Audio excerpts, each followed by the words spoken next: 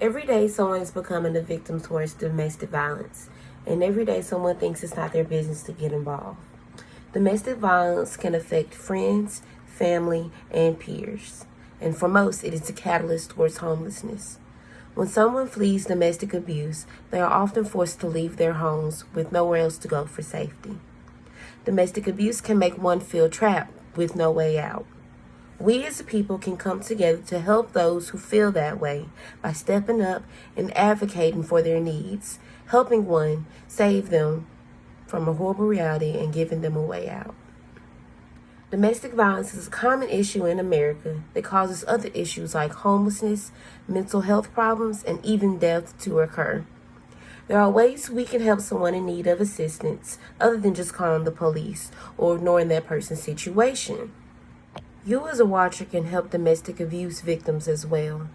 You should learn how to spot the signs of a person being abused, as well as know the next steps to help save that person and be able to execute those steps correctly and safely to get them the help that they need. Domestic violence has one of the biggest impacts on the world due to the consequences that comes along with it. Did you know that 1 in 4 women and 1 in 9 men experience severe intimate partner physical violence?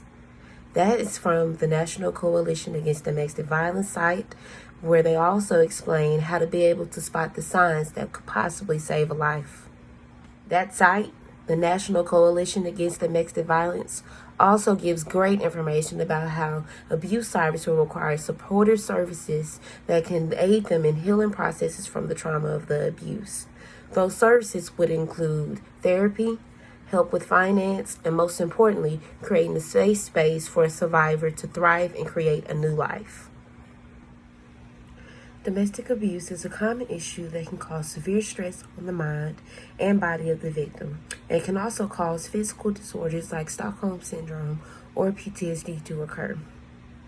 The effects of domestic abuse can also cause homelessness, adding more burden to the victim, making them feel even more trapped. These victims cannot be freed alone. Signs of domestic abuse would be intimidation, humiliation of the other partner, and even physical injury. Chronic violence destroys the bonds of healthy family relations. The nature of violence is such that it creates anxiety, distrust, and chaos within a family dynamic. That statement proved that these situations are highly stressful and can cause disruption among a family big enough to where the victim feels like they cannot trust others. While building on the emotions of entrapment and distrust, an article from ACLU states that for years, advocates have known that domestic violence is a primary cause of homelessness for women and families. Studies from across the country confirm the connection between domestic violence and homelessness and suggest ways to end the cycle in which violence against women leads to life on this. So there are ways people can help combat domestic violence and homelessness in America. But before you even start to help someone dealing with abuse, you must first establish a connection with them. It won't be easy to build their trust up, but you need to. And the ways you can do that is by having a conversation with them. When the time is right and you feel that you are in a safe place and that they're in a safe place to discuss their safety, you then bring up the question on if they want help with the situation that they're in. If the answer to that question is yes, and they do want help, you are now considered a big part in that person's life. Help them develop a safety plan that aids in the quick and safe exit out of that abusive situation. There's help on how to develop that safety plan on the National Domestic Violence Hotline site.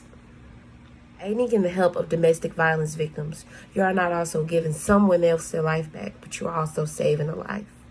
An article from ACLU on domestic violence and homelessness states that a lack of alternate housing often leads women to stay in or return to violent relationships. When making that safety plan I stated earlier, offering someone in a domestic situation just a place to stay for a week is a great first step into helping them seek safety and shelter. By just doing your research on abuse and domestic violence, we will be able to save more lives, find local solutions to prevent any future cases from arising, and overall create a better and safer environment for women, men, and kids to strive in without fear. Though it cannot be done overnight, just being able to spot and support domestic abuse victims and putting in work can make that person's life way better and safer in the present and the future. Though it cannot be done overnight, just by upgrading your knowledge on how to spot and support abuse victims, it can help that person live a better and safer life in the present and future. So now the question is, what if that person doesn't want to leave their abuser? The answer to that is, you should always be understanding and advise them to therapy. That person might be suffering from Stockholm Syndrome or some other issue causing them to feel unable to leave or feel trapped. By gaining knowledge about that situation you're dealing with, i.e. talking, you will be a better prepared helper and can help someone safely win their freedom back. Speak up. Help someone. Be that voice. Just a simple Google search or a call to a hotline can give someone something better than money can. A simple conversation can give someone hope. Take it a step further and put action behind the words that I've spoken today. It can give someone in need somewhere power and peace, and that's something you should do, or you should try to do whenever possible. My name is Addy Thorpe, and I have spoken on domestic violence and homelessness.